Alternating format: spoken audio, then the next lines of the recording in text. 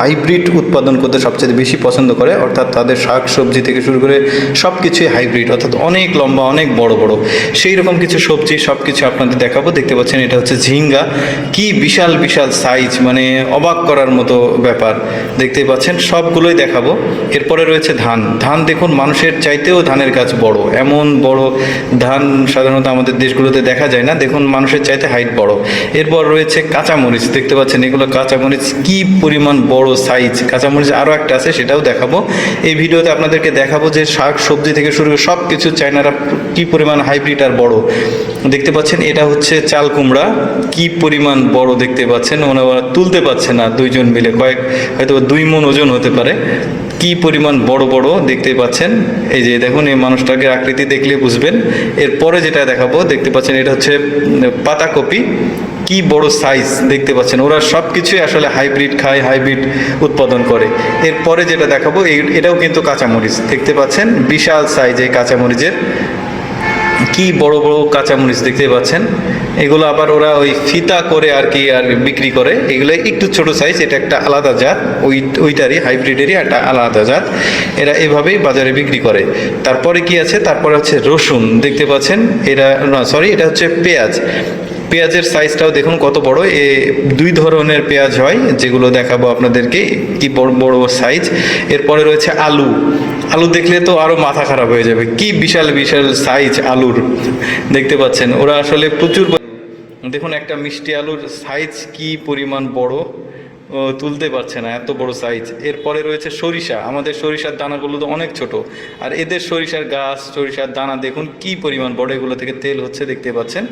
সরিষার দানা তো অনেক ছোট হয়, বাট এদের সরিষার দানাটা অনেক বড়, আর সরিষার গাছগুলো অনেক বড়, দেখতেই পাচ্ছেন মানুষের মাথার উপরে উঠে গেছে, কি পরিমাণ বড় সরিষার দানাগুলো, সরিষাগুলো এইভাবে কাটা হচ্ছে। এরপরে আবার আপনাদেরকে আরেকটা কিছু দেখাবো, চলুন দেখি সেটা। এরপরে রয়েছে মাশরুম।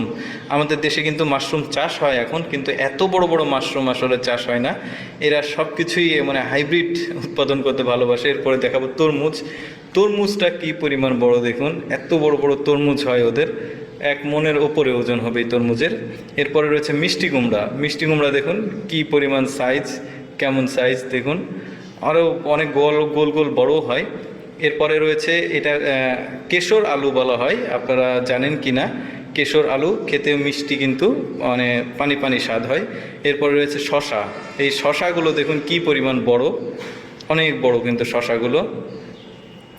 এরপরে রয়েছে এটাও হচ্ছে ঝিঙ্গার একটা জাত, এর আগেও একটা ঝিঙ্গা দেখিয়েছি। এত বড় বড় ঝিঙ্গা কিন্তু সাধারণত আমাদের বাজারে বা আমাদের দেশে উৎপাদন হয় না। এরপরে মিষ্টি আলু রয়েছে, এটা লাল জাতের মিষ্টি আলু, এটাও মোটামুটি বড়, আমাদের দেশেও হয় মিষ্টি আলু, বাট এতটা বড় হয় না। দেখতে পাচ্ছেন এদের 1 কেজির ওপরে ওজন হয়।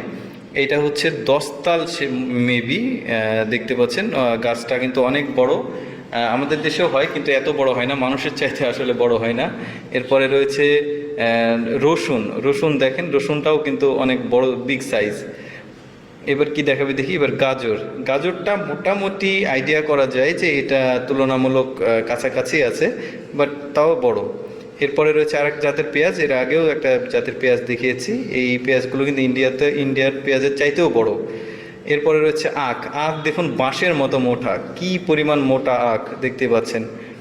মানে এরা সব কিছুই আসলে হাইব্রিড আর কি, দেখাচ্ছি আপনাদেরকে। এরপর যেটা বের করছে এটাও একটা মিষ্টি আলু। এত বড় আলু আমি আমার লাইফে আসলে কখনো কোথাও দেখিনি, মানে এই চায়নাদের কাছ থেকে দেখলাম। আর আরেক জাতের কাঁচামরিচ দেখুন, এত বড় বড় কাঁচামরিচ আপনারা কখনো দেখেছেন কিনা আমি জানি না, ক্যাপসিকাম মনে হচ্ছে না, বাট এটা কাঁচামরিচেরই বড় একটা জাত। এরপরে রয়েছে বেগুন। বেগুন দেখুন কি পরিমাণ লম্বা আর বড় বেগুন, দেখলে বুঝতে পারবেন। আচ্ছা টমেটো দেখাই। টমেটোর দেখুন, টমেটোর কি মানে অন্যরকম দেখতে, অনেক বড় একটা করে টমেটো, কিন্তু প্রায় 1 কেজির মতো ওজন হবে। এরপরে দেখাই সর্বশেষে মাথল। এটা কৃষকরা গ্রামে কাজ করে কিন্তু রোদে এই মাথল দেয়, এদের মাথল